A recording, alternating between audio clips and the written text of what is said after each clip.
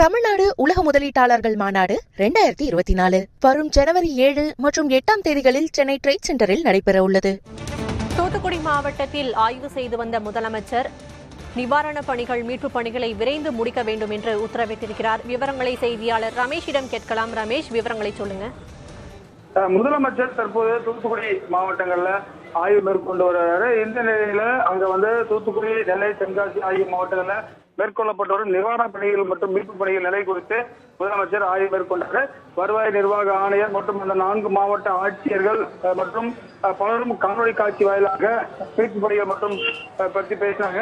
இந்த உரிய அறிவுரைகளை முதலமைச்சர் வழங்கியிருக்காங்க. அதன் தொடர்ச்சியாக அதிகனமையால் மிக கடுமையாக பாதிக்கப்பட்ட நெல்லை, தூத்துக்குடி நேரில் சென்று அங்கு மேற்கொள்ளப்பட்டுள்ள மீட்பு மற்றும் நிவாரணப் பணிகளை பார்வையிட்டு முதலமைச்சர் பல்வேறு உத்தரவுகளை பிறப்பித்திருக்காரு. அது மட்டும் இல்லாம பாத்தீங்கன்னா அங்கு தங்க வைக்கப்பட்டுள்ள தங்க வைக்கப்பட்டுள்ள மக்களுக்கு அரிசி, வேஷ்டி, வேலை, போர்வை, பாய், பிஸ்கட் மற்றும் ரொட்டி, பால் பவுடர் உள்ளிட்ட அத்தியாவசிய பொருட்களையும் வழங்கியிருக்கார் முதலமைச்சர். இதனைத் தொடர்ந்து எட்டயபுரம் 3வது கேட் மேம்பாலத்தில் வெள்ளம் சூழ்ந்த பகுதிகளை முதலமைச்சர் பார்வையிட்டு வெள்ள நீரை அகற்றிட துரித நடவடிக்கை மேற்கொள்ளுமாறு அதிகாரிகள் சொன்னார். அதேபோல குறிஞ்சி நகர் கோல்பேட்டையில் மழை வெள்ளத்தால் பாதிக்கப்பட்ட பகுதியை பார்வையிட்டு பொதுமக்களின் பாதிப்பு விவரங்களை குறித்து கேட்டறிந்தார். இந்த ஆய்வின் போது அமைச்சர்கள் மற்றும் அதிகாரிகள் பங்கேற்றிருந்தார்கள். அது மட்டும் இல்லாம முதலமைச்சருடைய இந்த ஆய்வுல பல்வேறு நிவாரண உதவிகள் குறித்து பல்வேறு விஷயங்களை கூறி பொதுமக்களுக்கு ஆறுதல் கூறி நிவாரண உதவிகளை வழங்கி மீட்பு பணி மற்றும் நிவாரணப் பணிகளை விரைந்து முடிக்க வேண்டும் என்று கோரிக்கை வைத்திருக்கிறார்.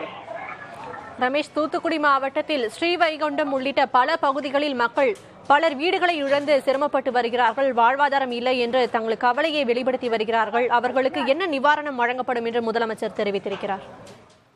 சக்தி, நிவாரணத்தை பொறுத்தவரை இன்னமும் அதிகாரப்பூர்வமாக தெரிவிக்கவில்லை. இந்த நிவாரணங்களை பொறுத்தவரை 4 மாவட்டங்களுக்கு 6000 ரூபாய் அறிவித்தது போன்று அந்த பகுதிகளுக்கும் 6000 ரூபாய் அளிக்க வேண்டும் என்று ஒரு கோரிக்கை இருக்கிறது. அவருக்கு ரேஷன் அட்டைதாரர்களுக்கு 6000 ரூபாய் கொடுக்க வேண்டும் என்று ஒரு கோரிக்கை இருக்கிறது. அதற்கு குறித்த அறிவிப்பு தற்போது கணக்கெடுப்பு பணி நடைபெற்று வருகிறது. அது மட்டும் இல்லாமல் அங்கு இருக்கக்கூடிய விவசாயிகள் அதிக அளவில் பாதிக்கப்பட்டிருக்கிறார்கள். விவசாய நிலங்கள் அதிக அளவில் பாதிக்கப்பட்டிருக்கின்றன. எனவே அதற்கும் நிவாரணம் கிடைக்கும் என்று எதிர்பார்க்கப்படுகிறது. எனவே இந்த குறித்த அறிவிப்பு இன்னும் ஓரிரு நாட்களில் தமிழக அரசு அறிவிக்கும் என்று எதிர்பார்க்கப்படுகிறது. சற்று முன்பு தூத்துக்குடி மாவட்டம் புன்னக்காயல் பகுதியில் வெள்ளநீர் வடியாமல் போக்குவரத்து இல்லை, படகுகளில் தான் பயணிக்கிறோம், வெள்ளநீர் வடிய வழி இல்லை என்று அங்கு ஒரு செய்தி வந்தது. தூத்துக்குடியில் இன்னும் பல இடங்களில் அப்படித்தான் இருக்கிறது. வெள்ளநீரை வெளியேற்ற என்னென்ன துரித நடவடிக்கைகள் மேற்கொள்ளப்பட்டிருக்கிறது ரமேஷ்? நிச்சயமாக நகராட்சித்துறை அமைச்சர் நேரு அங்கதான் இருக்கிறார். அதே போல கனிமொழி எம்பி தலைமையில அங்க வேலை பார்த்துட்டு இருக்காங்க. அதே போல அமைச்சர்கள் கீதா ஜீவன், அனிதா ராஜ் அந்த மாவட்டத்தை சேர்ந்த அமைச்சர்களும் அங்கு பணியில் இருக்கிறாங்க. தொடர்ச்சியாக இந்த வெள்ள நீரை அகற்றுவதற்கான பணிகள் துரிதமாக நடைபெற்று வருகிறது. ஏன்னா மழை பெஞ்சு விட்டு 4 நாள் ஆகியிருந்தாலும் ஒரு மீட்பு பணி என்பது சவாலாக இருக்கிறது. 100 ஆண்டுகளில் இல்லாத மழைப்பொழிவு இருக்கிறதுனால அந்த மோட்டார் மூலமும் அகற்றுவதற்கான பணிகள் நடைபெற்று வருகிறது. சென்னை போன்ற இடத்துல பாத்தீங்கன்னா கட்டடங்கள் இருந்ததா சொல்லப்பட்டது. ஆனால் இது போன்ற பாத்தீங்கன்னா ஊர் பகுதியிலேயே தண்ணீர் வடிகிறதுக்கு எவ்வளவு நேரம் ஆகிறது என்பது மிகப்பெரிய ஒரு சவாலான ஒரு பணியாக தான் இருக்கின்றது. விவரங்களுக்கு நன்றி ரமேஷ்.